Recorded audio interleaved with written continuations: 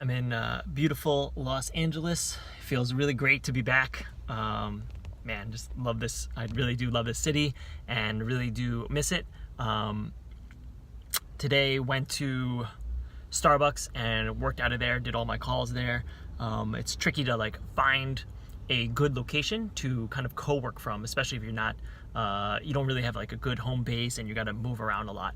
But today I kind of wanted to talk about my process for, or how I think about networking and building brand, especially when you are busy like working, right? I mean, we have the Reforge application process starting in a week, yet I'm still making time to go and meet with as many people as I can here in Los Angeles.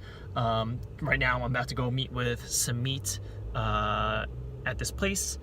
Tomorrow I think I have like 7 meetings, and in between that is when I'm squeezing in working on Reforge. So I want to talk a little bit about kind of like the mindset about networking and why I think it's so important.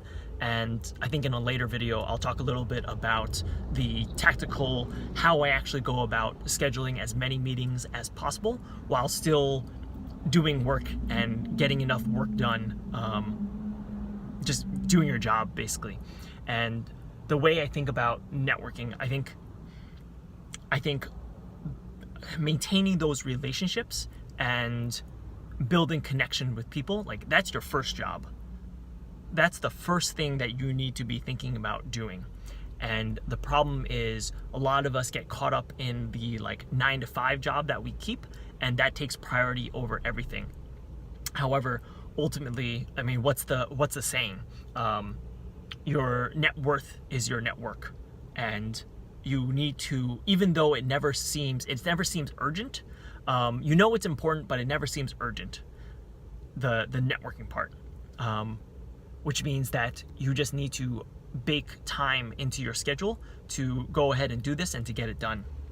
Otherwise, it just like literally won't happen, and years will go by, and suddenly you'll realize that you have no network. You didn't spend time building relationships with other people, and people that you did have a connection with because you were friends in high school, or you worked at the same agency, or you were at the same company for 2 years and you had a really difficult project. All of a sudden, like those connections won't be valuable to you. You won't be able to help them. They won't be able to help you because you didn't take the effort to book time with them and to go out of your way to continue to develop the relationship, even as your paths started to drift apart.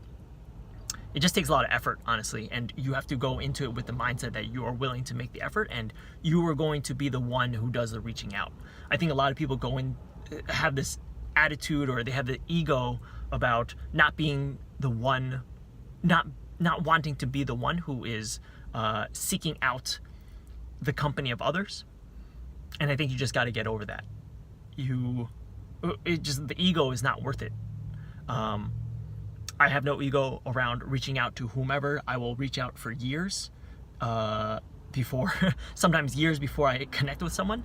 So for example, there's this guy named Ankit in San Francisco. He did a company called Tea with Strangers a few years back.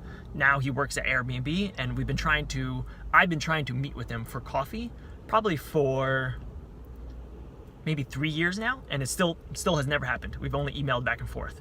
Yet I have no problem emailing him tomorrow. If I was back in San Francisco, I would email him tomorrow and try to get something on the books with him. It just doesn't bother me. I think that has served me really well in terms of continuing to build my network, and continuing to be useful to other people. So to kind of sum up, you need to be doing this all the time. It is never going to feel urgent, but it's always going to be important.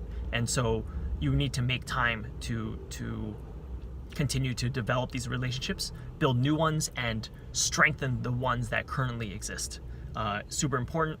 I think, yeah, that's all I got to say about that. I think later on I'll do a quick post about, or maybe a long post about how I go and set up these meetings and how I think about balancing getting out to the coffee shop and getting the work done with scheduling as many meetings as possible when you're visiting a new city.